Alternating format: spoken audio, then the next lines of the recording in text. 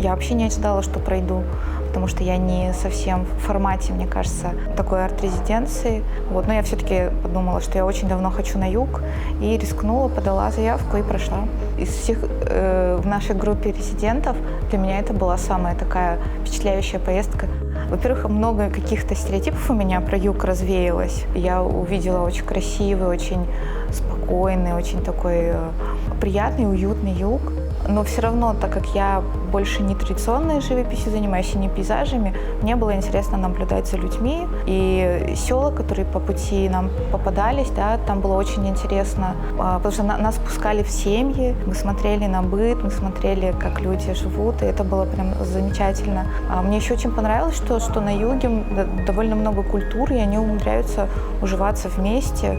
Это не настолько уж и консервативно, как мне казалось, да, там люди вместе живут, там такое смешение культур. Но это было замечательно. Мы попали на концерт, там было не очень много людей, впереди нас сидела мама с 2 девочками.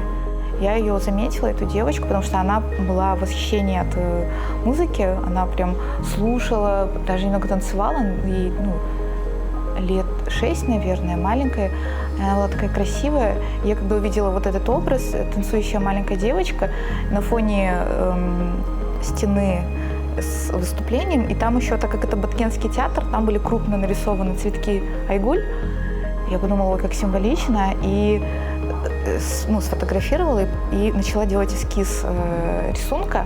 И хотя у меня был фотореференс, я старалась сохранить вот то впечатление, которое я увидела во время самого выступления. Да, такой очень живой взгляд девочки, безумно красивая, и она так хорошо смотрелась на фоне вот этих цветочков айгуль.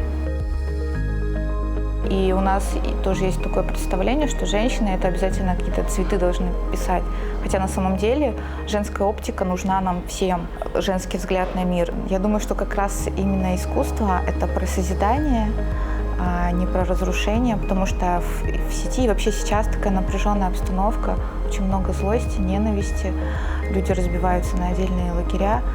А вот искусство — это про то, чтобы мы не разъединялись, а про то, что нас объединяет, про то, что заниматься не войной, а миром, не войной, а искусством. Поэтому да, конечно, это, наверное, один из самых, на мой взгляд, эффективных инструментов, чтобы говорить про мир,